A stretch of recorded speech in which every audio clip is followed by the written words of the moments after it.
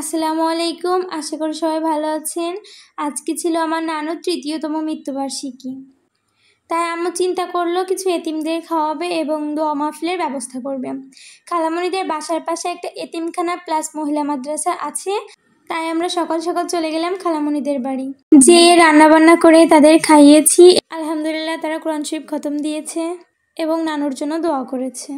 আসলে দুঃখের বিষয় হচ্ছে আমাদের জন্মের আগে আমার দাদা দাদি আর নানা মারা গিয়েছে।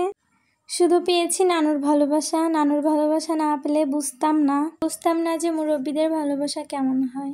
কিছু কিছু মানুষের দাদা দাদি নানা নানির ভালোবাসা দেখলে খুবই আফসোস হয়, কিন্তু কি করব, আল্লাহ যে এত তাড়াতাড়ি আমাদের নানুকে আমাদের সবার কাছ থেকে নিয়ে যাবে এটা কখনোই ভাবতে পারিনি।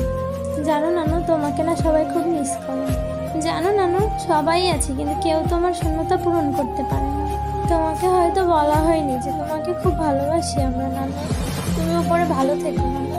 সবাই আমার নানুর জন্য দোয়া করবে। আল্লাহ হাফিজ।